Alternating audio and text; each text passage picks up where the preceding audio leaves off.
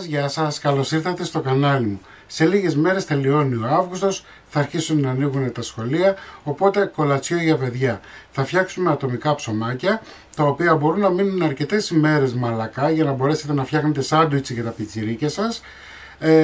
Μπορείτε να τα βάλετε στην κατάψυξη, είναι πανεύκολα και πεντανόστιμα.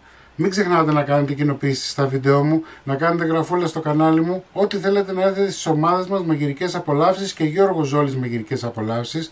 Γράψτε μου ένα σχόλιο από που με βλέπετε ή αφήστε μου μια καρδούλα, με βοηθάτε πολύ με αυτό. Και τώρα πάμε να σας δείξω την εκτέλεση και τα υλικά. Όπως σας έχω πει και σε άλλα βίντεο, όλες οι συνταγές γίνονται και στο μίξερ, γίνονται και στο χέρι. Όποιος έχει μίξερ, όποια έχει μίξερ, μπορεί να το κάνει εκεί. Λοιπόν, 300 γραμμάρια γάλα χλιαρό.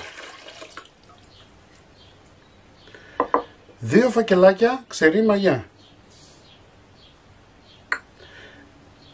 60 γραμμάρια ζάχαρη, ανακατεύουμε 3 αυγά,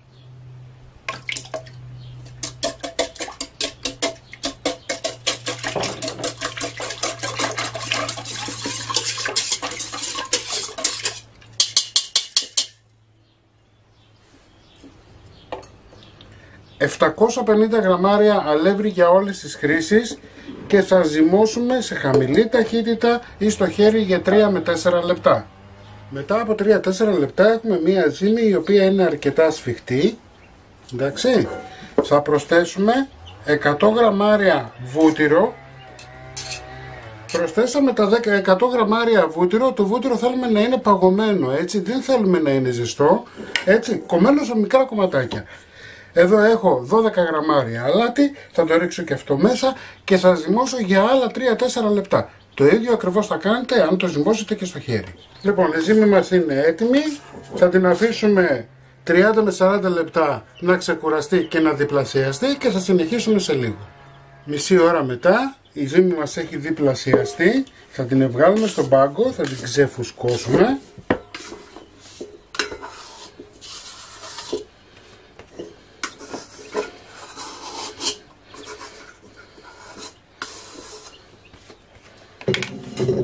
Θα ξεφουσκώσουμε λίγο τη ζύμη μας.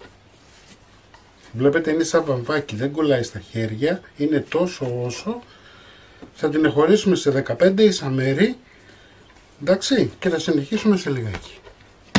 Αφού κόψαμε σε 15 ίσα μέρη, ανοίγουμε κορδονάκια, πιέζοντας, βγάζουμε τον αέρα που μπορεί να έχει, ανοίγουμε το ένα και το αφήνουμε.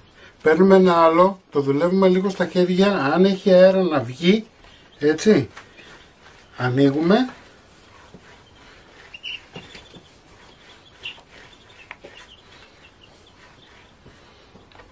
Άλλο ένα, ανά 3 θα το κάνετε. Ξεφουσκώνουμε καλά, ανοίγουμε.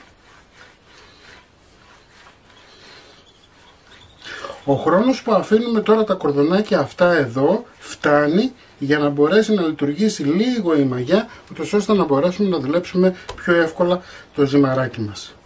Λοιπόν, έχουμε ανοίξει κορδονάκι, διπλώνουμε, παίρνουμε αυτή την άκρη και την περνάμε από μέσα, εντάξει, και παίρνουμε αυτή την άκρη και την βάζουμε ανάποδα. Ενώνουμε τα δύο μεταξύ τους και είμαστε έτοιμοι. Πάμε να σας δείξω άλλο ένα. Τα ακουμπάτε σε ταψί με λαδόκολλα. Λοιπόν, κλείνουμε, παίρνουμε τη μία άκρη και την περνάμε μέσα και παίρνουμε αυτή την άκρη και την πάμε ανάποδα από την αντίθετη μεριά. Ενώνουμε εδώ πέρα καλά.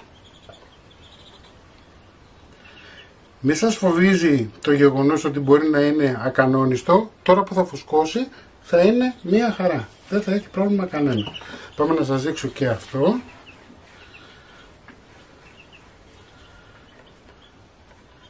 Βλέπετε.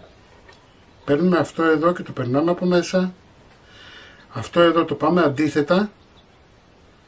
Ενώνουμε τις δύο άκρες και είναι έτοιμο.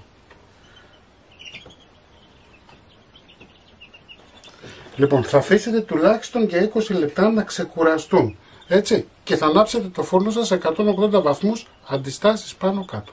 Αφού αφήσαμε τη ζύμη μας και ξεκουράστηκε τα ψωμάκια μας, κοιτάξτε, θα φουσκώσουν αυτά, θα έρθουν μέχρι πάνω.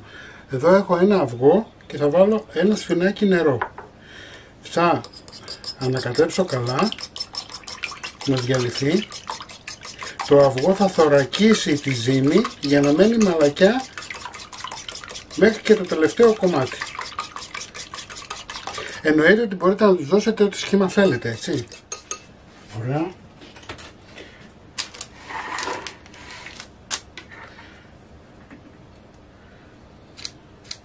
Αλείφουμε τα ψωμάκια μας. Θέλουμε υγρασία, αλείφστε τα, μην τα φοβηθείτε.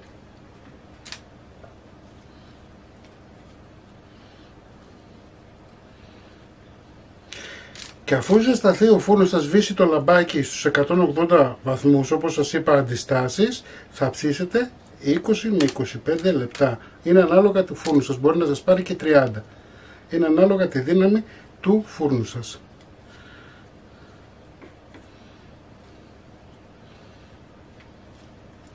Ωραία.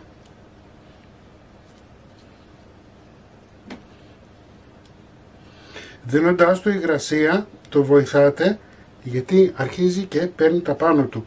Ενώ έχει στεγνώσει η ζύμη μας λόγω της ξεκούρασης, τώρα θα το βοηθήσουμε με το άλυμα να πάρει τα πάνω του.